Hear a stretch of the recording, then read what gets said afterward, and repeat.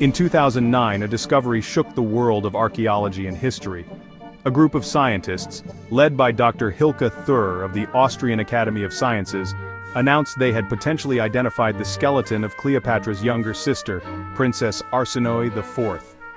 This dramatic find added new layers to the complex story of the Ptolemaic dynasty and the intrigues of ancient Egypt. The tale of Cleopatra and Arsinoe IV is one of power struggles, betrayal, and tragic endings. Both were daughters of Ptolemy XII, a ruler of Egypt from the Greek-descended Macedonian Ptolemaic dynasty. Cleopatra, the famous queen, was renowned for her intelligence, political acumen, and alliance with Julius Caesar, and later Mark Antony. However, few know much about her younger sister Arsinoe, who was equally caught in the ruthless whirlpool of power politics. Arsinoe was born around 63 BCE, and as Cleopatra's sibling, she was a part of the same royal family that vied for control of Egypt. When their father Ptolemy XII died, a power vacuum ensued, with both Cleopatra and Arsinoe among those who fought for supremacy. As the older and more politically astute, Cleopatra quickly made her move to the throne. But Arsinoe wasn't a passive figure. She saw her chance to carve out power for herself. The two sisters soon became embroiled in a deadly family rivalry. In 48 BCE, during Cleopatra's war with her brother Ptolemy XIII, Arsinoe sided with Ptolemy and led an army of Egyptians against Cleopatra.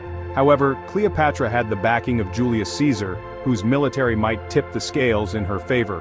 Arsinoe was captured in the Battle of Alexandria in 47 BCE, after which she was paraded in Caesar's triumph in Rome, a humiliating display for any royal figure.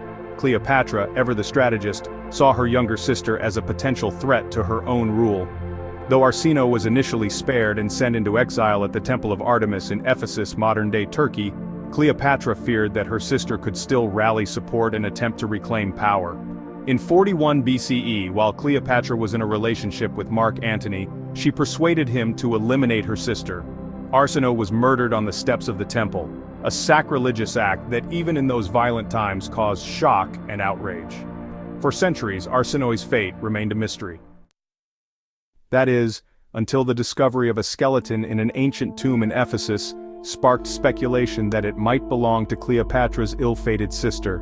The tomb, believed to be from the Roman era, was found close to the Temple of Artemis, the very place where Arsinoe had sought sanctuary. Thur's team carried out a detailed analysis of the remains. The skeleton belonged to a young woman who had likely died in her late teens or early 20s, around the same age as Arsinoe at the time of her death. The shape of the skull, the team believed, showed some features that suggested mixed ancestry, potentially Macedonian and Egyptian, which matched Arsinoe's lineage. The idea that Arsinoe IV had African ancestry excited historians, as it hinted at the ethnic diversity of the Ptolemaic dynasty. However, the story is far from conclusive. The skull, which could have provided definitive DNA evidence, was lost during World War II, leaving only limited genetic material from other parts of the skeleton. Some scholars question whether the remains are truly Arsinoe's, as the identification relies largely on circumstantial evidence. Still, the possible identification of Arsinoe's skeleton has reignited interest in her story and in the turbulent history of Cleopatra's reign. It reminds us of the high stakes in ancient royal families, where even sisters could become deadly rivals, and where political alliances were built on shifting sands of loyalty and betrayal. If the skeleton indeed belongs to Arsinoe, it is the final testament of a young woman whose life was marked by the lethal politics of her time, and whose tragic death came at the hands of her own sister's ambition.